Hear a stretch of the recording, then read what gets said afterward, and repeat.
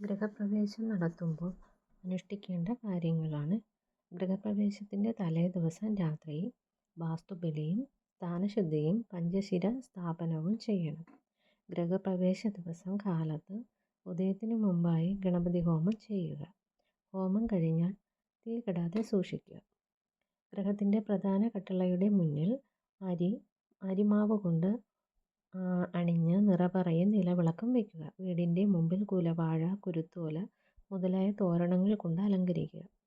മുഹൂർത്ത സമയമായാൽ വിളക്കെടുത്ത് ഗൃഹനായിക മുമ്പായി കുടുംബാംഗങ്ങളോടൊപ്പം ബന്ധുമിത്രാദികളും ഭവനം പ്രദക്ഷിണം വെച്ച് സാധിക്കുമെങ്കിൽ കിഴക്കോട്ടഭിമുഖമായി വലതുകാൽ മുമ്പായി അകത്തേക്ക് കടക്കുക.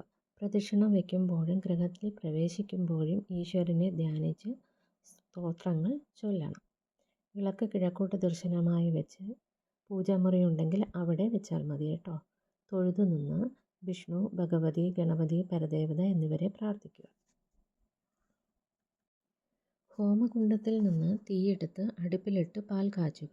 തിളപ്പിച്ചു വാങ്ങിയ പാൽ സന്നിഹിതരായ എല്ലാവർക്കും കൊടുത്ത് കുടുംബാംഗങ്ങളും കഴിക്കുക. വിറകടുപ്പ് ഇല്ലാത്ത പക്ഷം ഹോമകുണ്ഡത്തിൽ പാൽ തിളപ്പിക്കണം. അനന്തരം ക്ഷേത്രത്തിൽ നിന്ന് കൊണ്ടുവന്നതും ശേഖരിച്ചതുമൊക്കെയായി ദേവന് നിവേദിച്ച് പായസാദികൾ എല്ലാവർക്കും കൊടുക്കാം കേട്ടോ.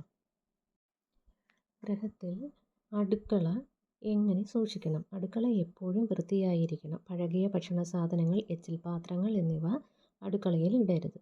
എല്ലാത്തിനും അടുക്കും ചിട്ടയും വേണം. ആവശ്യമുള്ള പാത്രങ്ങളെ ഉപയോഗിക്കാവൂ. മത്സ്യമാംസാദി വസ്തുക്കൾ പാചകം ചെയ്യുന്നത് ഒഴിവാക്കുകയോ അഥവാ ശുചിത്വം നിലനിർത്തുന്ന രീതിയിൽ ചെയ്യുകയോ വേണം. അടുക്കള എപ്പോഴും രോഗാണുക്കളിൽ നിന്നും വിഷാണുക്കളിൽ നിന്നും വിമുക്തമാവണം. പാത്രം കഴുകിയ മാലിന്യങ്ങൾ ഉടൻ കഴുകി നീക്കി അണുബാധ തടയുന്ന രാസവസ്തുക്കൾ ഉപയോഗിച്ച് വൃത്തിയാക്കണം. പാകം ചെയ്യുന്ന പാത്രങ്ങൾ ചെമ്പ്, ഇരുമ്പ്, ഓട് തുടങ്ങിയവ ദേഹത്തിനാവശ്യമായ ലോഹങ്ങൾ കൊണ്ട് തന്നെ ആവണം. കളിമൺ പാത്രങ്ങളും നല്ലതാണ്. അലുമിനിയം പാത്രങ്ങൾ ഒഴിവാക്കുന്നതാണ് നല്ലത്.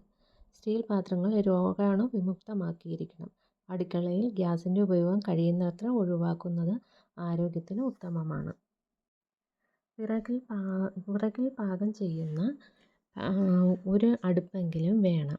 അതിൽ ചോറ് പാകം ചെയ്യാൻ ഉപയോഗിക്കാം. ചോറിന് അരി അളന്നെടുക്കുമ്പോൾ ഒരു